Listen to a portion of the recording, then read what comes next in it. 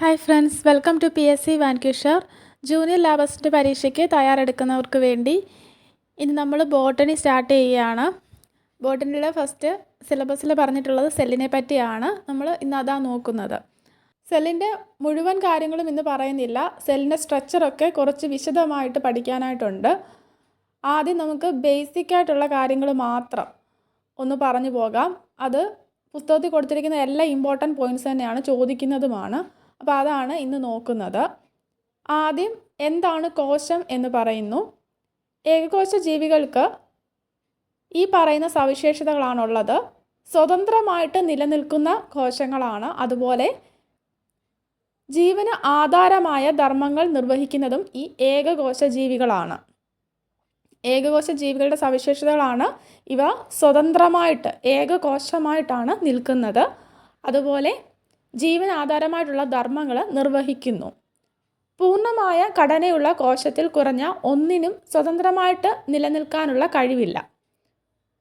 അപ്പം ഏകകോശ ജീവികൾക്ക് എങ്ങനെയുള്ള ഘടനയാണ്? പൂർണ്ണമായ ഘടനയാണ്.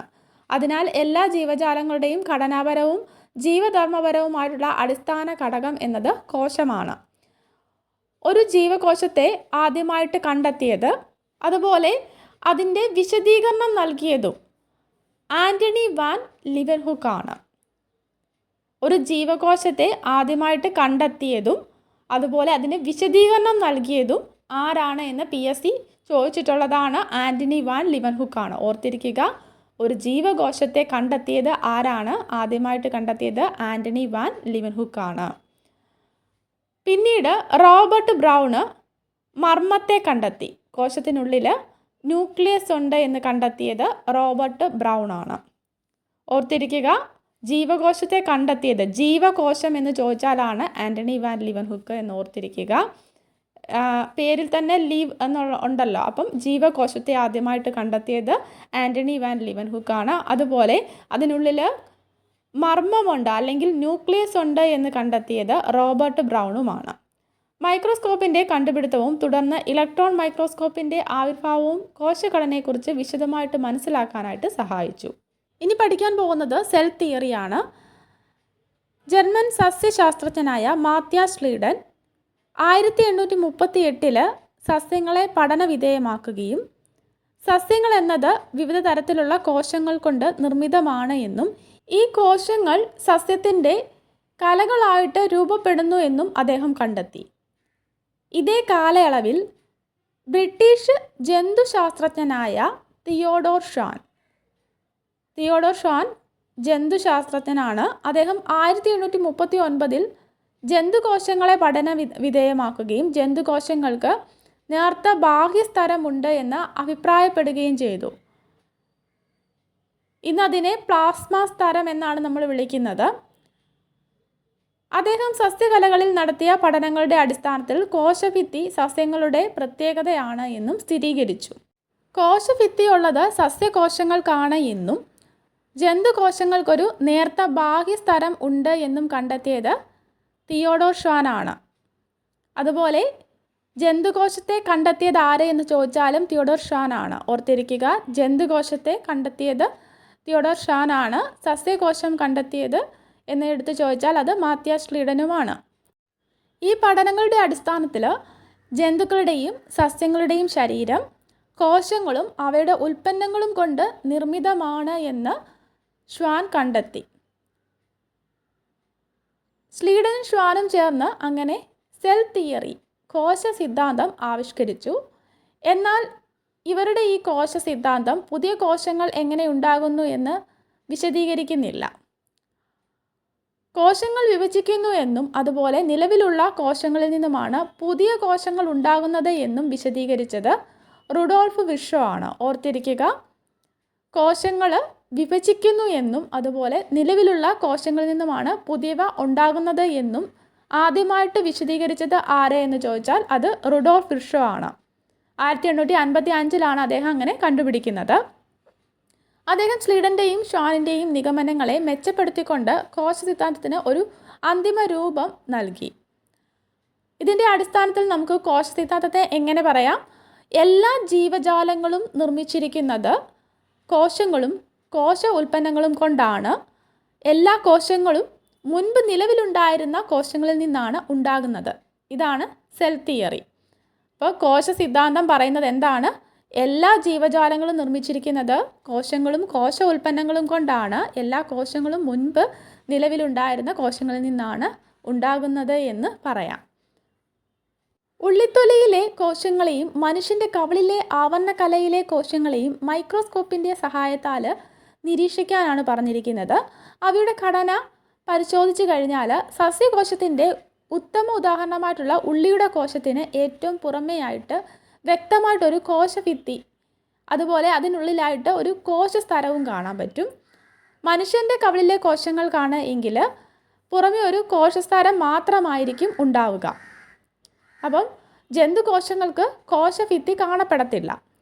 ഓരോ കോശത്തിനും ഉള്ളിലായി കട്ടി കൂടിയ സ്തരത്താൽ പൊതിഞ്ഞ മർമ്മം കാണപ്പെടുകയും ചെയ്യും. ജന്തുകോശങ്ങളിലും സസ്യകോശങ്ങളിലും മർമ്മം കാണപ്പെടും. മർമ്മത്തിനുള്ളിലായിട്ട് ക്രോമസോമുകളും ക്രോമസോമുകൾക്കുള്ളിലായിട്ട് ജനിതക വസ്തുവായ DNA കാണപ്പെടുന്നു. ന്യൂക്ലിയസിനുള്ളിൽ ക്രോമസോം കാണപ്പെടും. ക്രോമസോമിനുള്ളിൽ കാണപ്പെടുന്നത് DNA ആണ്. സ്തരത്താൽ പൊതിഞ്ഞ മർമ്മമുള്ള കോശങ്ങളെ നമ്മൾ യൂകാരിയോട്ടുകളെന്നും സ്തരത്താൽ പൊതിയാത്ത മർമ്മമുള്ള കോശങ്ങളെ പ്രോകാരിയോട്ടുകൾ എന്നുമാണ് വിളിക്കുന്നത്. ഒരു മെംബ്രെയിൻ കൊണ്ട് പൊതിഞ്ഞ ന്യൂക്ലിയസ് ഉള്ള സെല്ലുകളെയാണ് യൂകാരിയോട്സ് എന്ന് വിളിക്കുന്നത്. അതുപോലെ മെംബ്രെയിൻ ഇല്ലാത്ത കോശങ്ങളെയാണ് എങ്കിൽ അതിനെ പ്രോകാരിയോട്സ് എന്നുമാണ് വിളിക്കുന്നത്. ഈ രണ്ട് തരം കോശങ്ങളുടെയും ഉൾഭാഗത്ത് അർദ്ധദ്രാവകാവസ്ഥയിലുള്ള കോശദ്രവ്യം സൈറ്റോപ്ലാസം നിറഞ്ഞിരിക്കും. അപ്പം സസ്യകോശങ്ങളിലാണെങ്കിലും ജന്തുകോശങ്ങളിലാണെങ്കിലും അതിൻ്റെ ഉൾഭാഗത്ത് അർദ്ധദ്രാവകാവസ്ഥയിലുള്ള കോശദ്രവ്യം ഉണ്ടാകും, സൈറ്റോപ്ലാസം ഉണ്ടാകും. ഇവിടെ വിവിധ തരത്തിലുള്ള കോശങ്ങളെ നമുക്ക് കാണിച്ചു തന്നിട്ടുണ്ട്. അരുണ രക്താണുക്കളാണ് ആദ്യം കാണിച്ചിരിക്കുന്നത്, പിന്നീട് ശ്വേതരക്താണുക്കളെ കാണിച്ചിട്ടുണ്ട്. അരുണ രക്താണുക്കൾക്ക് വൃത്താകൃതിയിലുള്ളവയും ബൈക്കോൺകേവ് ആയവയുമാണ് അതിന് ഷേപ്പുണ്ട്. പിന്നെ ശ്വേതരക്താണുക്കൾക്കാണെങ്കിൽ അതിന് ഷേപ്പില്ല, അതുകൊണ്ടാണ് അമീബോയിഡ് എന്ന് വിളിച്ചിരിക്കുന്നത്. പിന്നെ സ്തംഭാകൃതിയിലുള്ള ആവരണ കോശങ്ങൾ കൊടുത്തിട്ടുണ്ട്. നാഡീകോശം കൊടുത്തിട്ടുണ്ട്, അത് നീളം കൂടിയതും ശാഖകളോട് കൂടിയതുമായിട്ടുള്ള കോശമാണ്. ട്രക്കീഡ് കൊടുത്തിട്ടുണ്ട്. മീസോഫിൽ കോശങ്ങൾ കൊടുത്തിട്ടുണ്ട്, അത് വൃത്താകൃതിയാണ് അതിനുള്ളത്. സസ്യകോശങ്ങളിലും ജന്തുകോശങ്ങളിലും സൈറ്റോപ്ലാസം ഉണ്ട് എന്ന് പറഞ്ഞു. സസ്യകോശങ്ങളിലും ജന്തുകോശങ്ങളിലും കോശപ്രവർത്തനങ്ങൾ നടക്കുന്നത് പ്രധാനമായിട്ടും ഈ സൈറ്റോപ്ലാസത്തിൽ വെച്ചിട്ടാണ്. ഒരു കോശത്തെ ജീവൽ പ്രവർത്തനാവസ്ഥയിൽ നിലനിർത്തുന്നത് കോശദ്രവ്യത്തിൽ നടക്കുന്ന വിവിധ കെമിക്കൽ റിയാക്ഷൻസ് അല്ലെങ്കിൽ രാസപ്രവർത്തനങ്ങളാണ്. മർമ്മത്തെ കൂടാതെ ഒരു യൂക്കാരിയോട്ടിക് കോശത്തിൽ സ്തരാവരണമുള്ള വിവിധ കോശാംഗങ്ങൾ ഓർഗനൽസ് ഉണ്ട്. ഈ ന്യൂക്ലിയസ് കൂടാതെ യൂക്കാരിയോട്ടിക് സെല്ലാണ് എങ്കിൽ അതിൽ മെംബ്രെയിൻ പൊതിഞ്ഞ തന്നെ മെംബ്രെയിനുള്ള കോശാംഗങ്ങൾ ഓർഗനൽസ്, സെൽ ഓർഗനൽസ് കാണാൻ പറ്റും. അപ്പം ആ സെൽ ഓർഗനൽസ് ആണ് ഇവിടെ എഴുതിയിരിക്കുന്നത്. എൻഡോപ്ലാസ്മിക് റെറ്റിക്കുലം അല്ലെങ്കിൽ അന്തർദ്രവ്യ ജാലിക, ഗോൾഗി കോംപ്ലക്സ്, ലൈസോസോമുകൾ, മൈറ്റോകോൺട്രിയ, പിന്നെ ഫേനം അല്ലെങ്കിൽ വാക്യൂൾസ്, മൈക്രോബോഡികൾ, ഇതെല്ലാം ഉണ്ടാകും. എന്നാൽ പ്രോകാരിയോട്ടിക് കോശമാണ് എങ്കിൽ സ്തരാവരണമുള്ള മർമ്മമോ മറ്റ് സെൽ ഓർഗനൽസോ അതിൽ ഉണ്ടാവത്തില്ല. പ്രോകാരിയോട്ടിക് കോശങ്ങളിലും യൂകാരിയോട്ടിക് കോശങ്ങളിലും കാണപ്പെടുന്ന സ്തരാവരണമില്ലാത്ത കോശാംഗമാണ് റൈബോസോം. റൈബോസോമിന് സ്തരാവരണമില്ല. കോശത്തിനുള്ളിൽ റൈബോസോമുകൾ കോശദ്രവ്യത്തെ കൂടാതെ അന്തർദ്രവ്യ ജാലികയുടെ പുറത്തായും മറ്റ് രണ്ട് കോശാംഗങ്ങളായ ഹരിതകണം, അത് സസ്യങ്ങളിലാണ്, മൈറ്റോകോൺട്രിയ എന്നിവയുടെ ഉള്ളിലായിട്ടുമാണ് കാണപ്പെടുന്നത്. സസ്യങ്ങളിൽ മാത്രം കാണപ്പെടുന്നതാണ് ക്ലോറോപ്ലാസ്റ്റ്, അത് ജന്തുകോശങ്ങളിൽ ഉണ്ടാവത്തില്ല. അപ്പം ഈ ഒരു റൈബോസോമുകൾ കോശദ്രവ്യത്തെ കൂടാതെ അന്തർദ്രവ്യ ജാലകയുടെ പുറത്തായിട്ടും അതുപോലെ ഹരിതകണത്തിന് പുറത്തായിട്ടും ഹരിതകണത്തിന് ഉള്ളിലായിട്ടോ അല്ലെങ്കിൽ മൈറ്റോകോൺട്രിയയ്ക്ക് ഉള്ളിലായിട്ടുമൊക്കെയാണ് ഈ റൈബോസോം കാണപ്പെടുന്നത്. ഇനി ജന്തുകോശങ്ങളിൽ കാണപ്പെടുന്ന സ്തരാവരണമില്ലാത്ത മറ്റൊരു കോശാംഗമാണ് centrosome.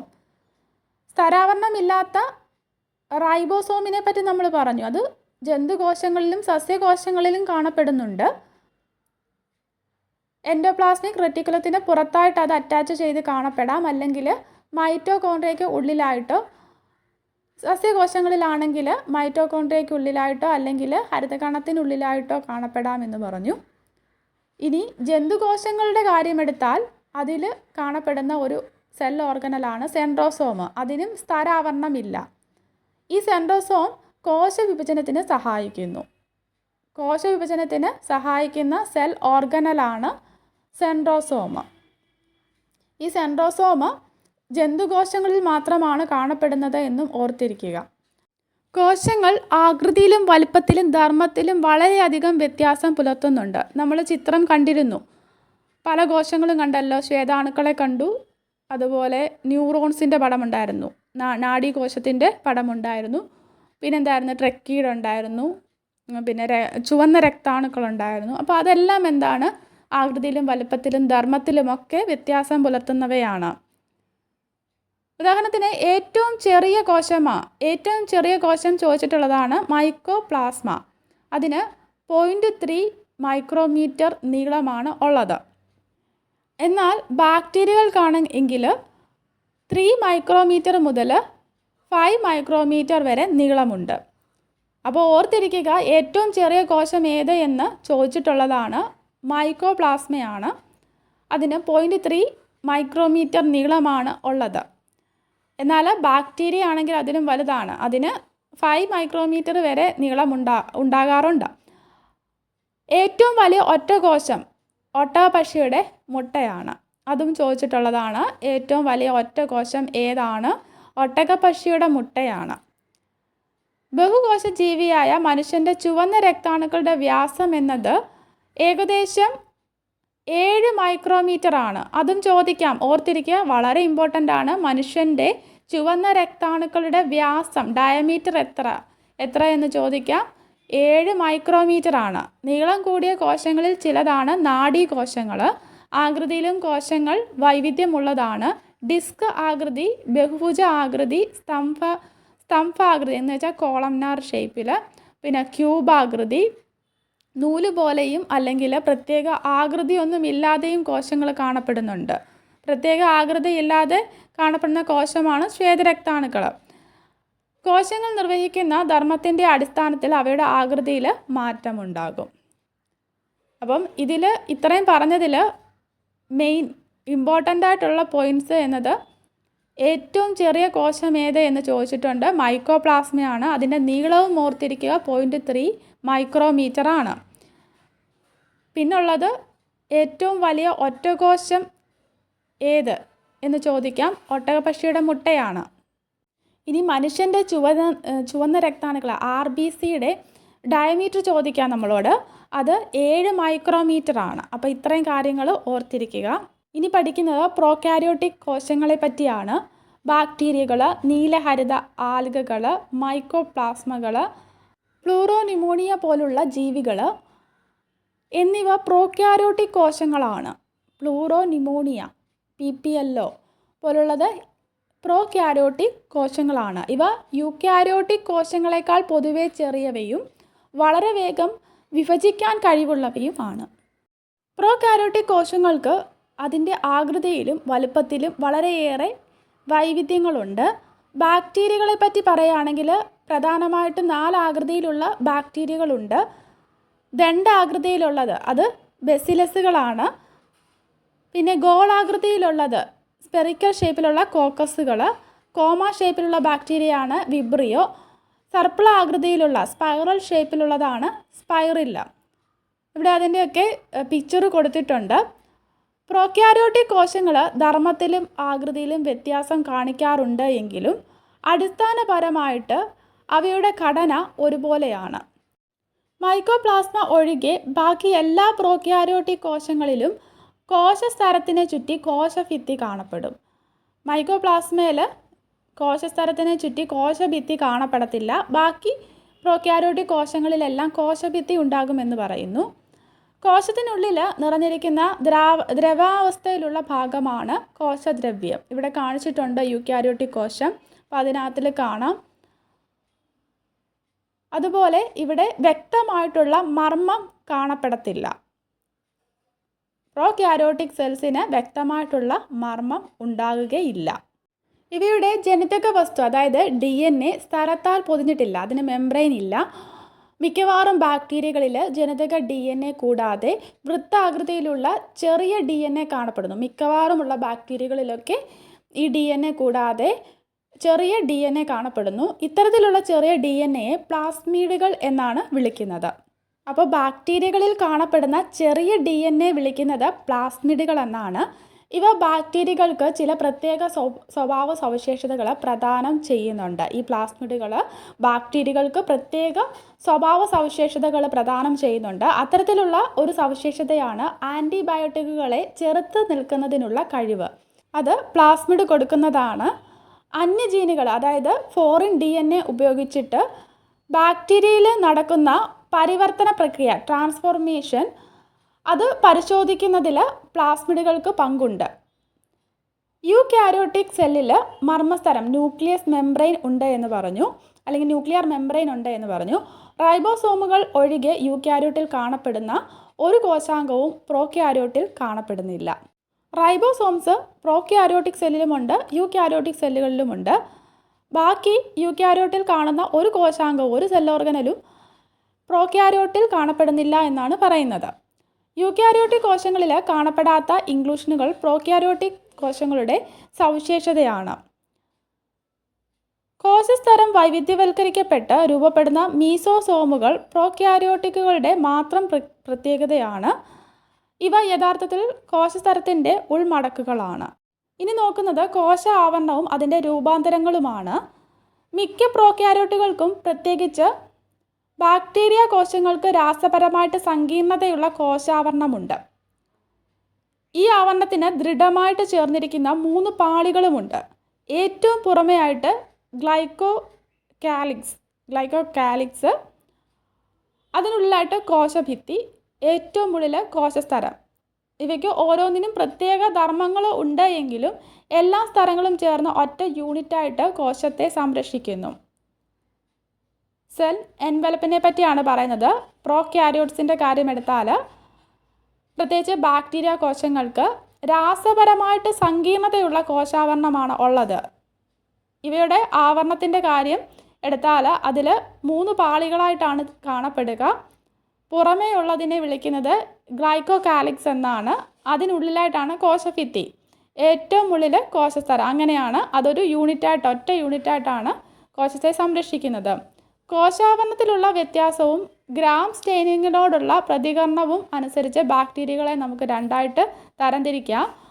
Gram stain പിടിച്ചെടുക്കുന്നവയെ gram positive എന്നും ഗ്രാം സ്റ്റെയിൻ പിടിച്ചെടുക്കാത്തവയെ ഗ്രാം നെഗറ്റീവ് ബാക്ടീരിയകൾ എന്നുമാണ് അറിയപ്പെടുന്നത്. ഈ സ്റ്റെയിനിങ് രീതി കണ്ടുപിടിച്ചത് ഹാൻസ് ക്രിസ്റ്റ്യൻ ഗ്രാം ആണ്. അപ്പോൾ അദ്ദേഹത്തിൻ്റെ പേരിലാണ് ഗ്രാം എന്നുള്ളത് വന്നേക്കുന്നത്. അപ്പം 2 തരത്തിലുള്ള ബാക്ടീരിയകളാണ് ഉള്ളത്. ഗ്രാം സ്റ്റെയിൻ പിടിച്ചെടുക്കുന്ന ഗ്രാം പോസിറ്റീവ് ബാക്ടീരിയകളും പിന്നെ ഗ്രാം നെഗറ്റീവ് ബാക്ടീരിയകളുമാണ്. ഇവയെ കണ്ടുപിടിച്ചത്, സ്റ്റെയിനിങ് രീതി കണ്ടുപിടിച്ചത് ഹാൻസ് ക്രിസ്റ്റ്യൻ ഗ്രാം ആണ്. ഇത്രയും ഓർത്തിരിക്കുക. വ്യത്യസ്ത ബാക്ടീരിയകളിലെ ഗ്ലൈക്കോകാലിക്സ് അതിൻ്റെ ഘനത്തിലും ഘടനയിലും വ്യത്യാസപ്പെട്ടിരിക്കുന്നു. ഇത് അയഞ്ഞ ആവരണമായിട്ട് കാണപ്പെടുന്നുവെങ്കിൽ അതിനെ സ്ലൈം പാളി എന്നും കനവും കടുപ്പമുള്ളതുമായിട്ട് ഒന്നായിട്ട് കാണപ്പെടുകയാണെങ്കിൽ അതിനെ ക്യാപ്സൂൾ എന്നുമാണ് വിളിക്കുന്നത്. കോശഭിത്തി ബാക്ടീരിയകൾക്ക് നിയതമായ ആകൃതി നൽകുകയും അവയെ തകർന്നു പോകാതെ സംരക്ഷിക്കുകയും ചെയ്യുന്നു. പ്ലാസ്മ സ്തരം ചില ഭാഗങ്ങളിൽ കോശത്തിനുള്ളിലേക്ക് മടങ്ങി പ്രത്യേക ഘടനയോടുകൂടി മീസോസോമുകളായിട്ട് മാറുന്നു. ഇവ ചെറു സഞ്ചികളായിട്ടും നളികകളായി ട്യൂബ്യൂൾസായിട്ടും അതുപോലെ പാളികളായിട്ടും കാണപ്പെടുന്നുണ്ട്. മീസോസോമുകൾ കോശഭിത്തിയുടെ രൂപീകരണത്തിനും DNA ഇരട്ടിക്കുമ്പോൾ പുത്രികാ കോശങ്ങൾക്ക് പങ്കിടുന്നതിനും സഹായിക്കുന്നുണ്ട്. കൂടാതെ ശ്വസനത്തിനും സ്രവങ്ങളുടെ ഉൽപ്പാദനത്തിനും കോശസ്തരത്തിൻ്റെ വിസ്തൃതി വർദ്ധിപ്പിക്കുന്നതിനും രാസാഗ്നികളുടെ അളവ് കൂട്ടുന്നതിനും സഹായിക്കുന്നു. ചില പ്രോക്യാരിയോട്ടുകളായിട്ടുള്ള നീലഹരിത ആൽഗകളുടെ കോശദ്രവ്യത്തിലേക്ക് നീണ്ടു നിൽക്കുന്ന സ്തരപാളികൾ കാണപ്പെടുന്നുണ്ട്. വർണ്ണവസ്തുക്കൾ നിറഞ്ഞ ഇവയെ ക്രോമാറ്റോഫോറുകൾ എന്നാണ് വിളിക്കുന്നത്. ബാക്ടീരിയകളിൽ ചലിക്കുവാൻ കഴിയുന്നവയും കഴിയാത്തവയുമുണ്ട്. ഫ്ലജല്ല ഉള്ളതാണ് ചലനശേഷിയുള്ളത്. കോശഭിത്തിയിൽ നിന്ന് പുറത്തേക്ക് നീണ്ടു നിൽക്കുന്ന നേർത്ത നാര് പോലുള്ള ഭാഗത്തെയാണ് നമ്മൾ ഫ്ലജല്ല എന്ന് വിളിക്കുന്നത്. ബാക്ടീരിയകളിൽ ഇവയുടെ എണ്ണത്തിലും ക്രമീകരണത്തിലും വ്യത്യാസമുണ്ട്. ബാക്ടീരിയയുടെ ഫ്ലജല്ലയ്ക്ക് 3 ഭാഗങ്ങളാണുള്ളത്: ഫിലമെൻ്റ്, ഹുക്ക്, ബേസൽ ബോഡി. ഇവയിൽ ഏറ്റവും നീളം കൂടിയ ഭാഗമായിട്ടുള്ള ഫിലമെൻ്റ് കോശത്തിൻ്റെ പ്രതലത്തിൽ നിന്ന് പുറത്തേക്ക് തള്ളി നിൽക്കുന്നു. ഫ്ലജല്ലെ കൂടാതെ പിലി, ഫിബ്രിയെ എന്നീ 2 ഭാഗങ്ങൾ കോശപ്രതലത്തിൽ നിന്ന് പുറത്തേക്ക് നീണ്ടു നിൽക്കുന്നുണ്ട്. പക്ഷേ ബാക്ടീരിയയുടെ ചലനശേഷിയുമായിട്ട് ഇവയ്ക്ക് ബന്ധമില്ല. പ്രത്യേക തരം പ്രോട്ടീൻ കൊണ്ട് നിർമ്മിതമായിട്ടുള്ള നീളം കൂടിയ കുഴൽ പോലെയുള്ളവയാണ് പിലി. കോശത്തിന് പുറത്തേക്ക് വരുന്ന ചെറിയ ദൃഢരോമങ്ങളാണ് ഫിബ്രിയ എന്ന് പറയുന്നത്. ചില ബാക്ടീരിയകളെ ആതിഥേയ ജീവികളിലും ഒഴുക്കുള്ള ജലാശയങ്ങളിലെ പാറകളിലും പറ്റിപ്പിടിച്ചിരിക്കുവാൻ ഇവ സഹായിക്കുന്നുണ്ട്. ഇനി നമുക്ക് റൈബോസോമുകളും ഇൻക്ലൂഷൻ ബോഡികളുമാണ് പറയാനുള്ളത്. പ്രോകാരിയോട്ടുകളിൽ സാധാരണയായിട്ട് റൈബോസോമുകൾ കോശതരത്തോട് ചേർന്നിട്ടാണ് കാണപ്പെടുന്നത്. ഇവയ്ക്ക് 15 നാനോമീറ്റർ മുതൽ 20 നാനോമീറ്റർ വരെ വലുപ്പമുണ്ട്. അപ്പം റൈബോസോമിൻ്റെ വലുപ്പമാണ് പറയുന്നത്. പ്രോകാരിയോട്ടുകളിൽ കാണപ്പെടുന്ന റൈബോസോമുകൾ 15 നാനോമീറ്റർ മുതൽ 20 നാനോമീറ്റർ വരെയായിട്ടാണ് കാണപ്പെടുന്നത്, വലുപ്പത്തിലാണ് കാണപ്പെടുന്നത്. ഇവയ്ക്ക് 2 ഉപയൂണിറ്റുകളാണ് ഉള്ളത്: 50S 30S. ഈ ഉപയൂണിറ്റുകൾ ഒന്നിച്ചു ചേരുമ്പോൾ 70S ആയിട്ട് മാറുന്നു. പ്രോട്ടീൻ നിർമ്മാണത്തിൻ്റെ കേന്ദ്രം റൈബോസോമുകളാണ്. അതും ഓർത്തിരിക്കുക, റൈബോസോമുകളാണ് പ്രോട്ടീൻ നിർമ്മിക്കുന്നതിൻ്റെ കേന്ദ്രം എന്നത്. അതുപോലെ ഈ ഉപയൂണിറ്റുകളും ഓർത്തിരിക്കുക, 50S 30S ആണ്. ഇവ ഒന്നിച്ചു ചേരുമ്പോൾ ഉള്ളത് 70S ആണ്. ഒരു mRNAയിൽ ധാരാളം റൈബോസോമുകൾ പറ്റിച്ചേർന്ന് മാല പോലെ കാണപ്പെടുന്നുണ്ട്. ഇതിനെ പോളി റൈബോസോമുകൾ അഥവാ പോളിസോം എന്നാണ് വിളിക്കുക. പോളി റൈബോസോമിലെ റൈബോസോമുകൾ mRNAയിൽ നിന്നും ട്രാൻസ്ലേഷൻ പ്രക്രിയയിലൂടെ പ്രോട്ടീനുകൾ നിർമ്മിക്കുന്നു. പ്രോട്ടീനുകൾ നിർമ്മിക്കുന്നത് ഏത് പ്രക്രിയയിലൂടെയാണ്? ട്രാൻസ്ലേഷൻ പ്രക്രിയയിലൂടെയാണ്. പ്രോകാരിയോട്സിൻ്റെ കോശദ്രവ്യത്തിൽ, സൈറ്റോപ്ലാസത്തിൽ ആഹാര വസ്തുക്കൾ സംഭരിച്ചിരിക്കുന്നത് ഇൻക്ലൂഷൻ ബോഡികളായിട്ടാണ്. ഈ ഇൻക്ലൂഷൻ ബോഡികളെ ഒരു ആവരണ വ്യവസ്ഥ കൊണ്ടും പൊതിഞ്ഞിട്ടില്ല. ഇവ കോശദ്രവ്യത്തിൽ സ്വതന്ത്രമായിട്ട് കാണപ്പെടുന്നു. ഫോസ്ഫേറ്റ് തരികൾ, സയനോഫൈസിയൻ തരികൾ, ഗ്ലൈക്കോജൻ തരികൾ എന്നിവ ഇൻക്ലൂഷൻ ബോഡികൾക്ക് ഉദാഹരണങ്ങളാണ്. വായു നിറഞ്ഞ ഫേനങ്ങൾ പ്രകാശ സംശ്ലേഷണത്തിന് കഴിവുള്ള നീലഹരിത ബാക്ടീരിയകളിലും പർപ്പിൾ ബാക്ടീരിയകളിലും ഹരിത ബാക്ടീരിയകളിലും കാണപ്പെടുന്നുണ്ട്. ഇനി നമുക്ക് യൂക്യാരിയോട്ടിക് സെൽസിനെ പറ്റി നോക്കാം. പ്രോട്ടിസ്റ്റുകൾ, സസ്യങ്ങൾ, ജന്തുക്കൾ, ഫംഗസുകൾ ഇവയെല്ലാം യൂക്യാരിയോട്ടികളാണ്. എല്ലാ യൂക്യാരിയോട്ടിക് കോശങ്ങളിലും സ്തരം കൊണ്ട് ആവരണം ചെയ്യപ്പെട്ട കോശാംഗങ്ങൾ മുഖേന കോശദ്രവ്യത്തിൻ്റെ സമഗ്ര വിഭജനം നടന്നിട്ടുള്ളതായിട്ട് കാണാം. യൂക്യാരിയോട്ടിക് കോശങ്ങൾക്ക് സ്തരാവരണമുള്ള വ്യക്തമായിട്ടുള്ള ന്യൂക്ലിയസ് ഉണ്ട്. കൂടാതെ ഇവയ്ക്ക് സങ്കീർണമായ ചലന സംവിധാനങ്ങളും കോശാസ്ഥി ഘടനകൾ സൈറ്റോസ്കെലിറ്റൽ സ്ട്രക്ചേഴ്സും ഉണ്ട്. ഇവയുടെ ജനിതക വസ്തു ക്രോമസോമുകളായിട്ട് രൂപം പ്രാപിച്ചിരിക്കുന്നു. യൂക്യാരിയോട്ടിക് കോശങ്ങൾ എല്ലാം ഒരുപോലെയല്ല. സസ്യകോശങ്ങളും ജന്തുകോശങ്ങളും തമ്മിൽ വ്യത്യാസങ്ങളുണ്ട്. സസ്യകോശങ്ങളിൽ കോശഭിത്തിയും ജൈവ കണങ്ങളും മധ്യത്തിൽ ഒരു വലിയ ഫേനവും കാണുന്നു. ഇവയൊന്നും ജന്തുകോശങ്ങളിൽ കാണപ്പെടുന്നില്ല. അപ്പം സസ്യകോശങ്ങളിലുള്ളതാണ് കോശഭിത്തി, അതുപോലെ പ്ലാസ്റ്റിഡ്സ് ജൈവ കണങ്ങൾ, പിന്നെന്താണ് വാക്യൂൾസ് ഉണ്ട്. അപ്പം ഇതൊന്നും ജന്തുകോശങ്ങളിലില്ല. അപ്പം സസ്യകോശങ്ങളിലുള്ളവയും ജന്തുകോശങ്ങളിലില്ലാത്തതുമായിട്ടുള്ളത് എന്തൊക്കെയാണ്? കോശഭിത്തി സസ്യകോശങ്ങൾക്കാണുള്ളത്. അതുപോലെ പ്ലാസ്റ്റിഡ്സ്, പിന്നെ വാക്യൂൾ ഉള്ളതും സസ്യകോശത്തിനാണ്. അതൊന്നും ജന്തുകോശങ്ങളിൽ കാണപ്പെടുന്നില്ല. എന്നാൽ ജന്തുകോശങ്ങളിൽ കാണപ്പെടുന്ന സെൻട്രിയോളുകൾ സസ്യകോശങ്ങളിലും കാണപ്പെടുന്നില്ല. ജന്തുകോശങ്ങളിലുള്ള എന്താണ് സസ്യകോശങ്ങളിൽ ഇല്ലാത്തത് എന്ന് ചോദിച്ചാൽ അത് സെൻട്രിയോളുകളാണ്. അപ്പം ഇനി നമുക്ക് സെല്ലിൻ്റെ സ്ട്രക്ചറാണ് പഠിക്കാനുള്ളത്. ഓരോ സെൽ ഓർഗനലും നമുക്ക് പഠിക്കാനായിട്ടുണ്ട്. വീഡിയോ ഉപകാരപ്പെട്ടെങ്കിൽ ലൈക്ക് ചെയ്യുക, ഷെയർ ചെയ്യുക. അതുപോലെ നമ്മുടെ ടെലഗ്രാം ചാനൽ PSC വാൻക്യൂഷർ ഫോളോ ചെയ്യാത്തവർ ഫോളോ ചെയ്യുക. ലിങ്ക് ഞാൻ ഡിസ്ക്രിപ്ഷൻ ബോക്സിൽ കൊടുക്കാം. Thanks for watching.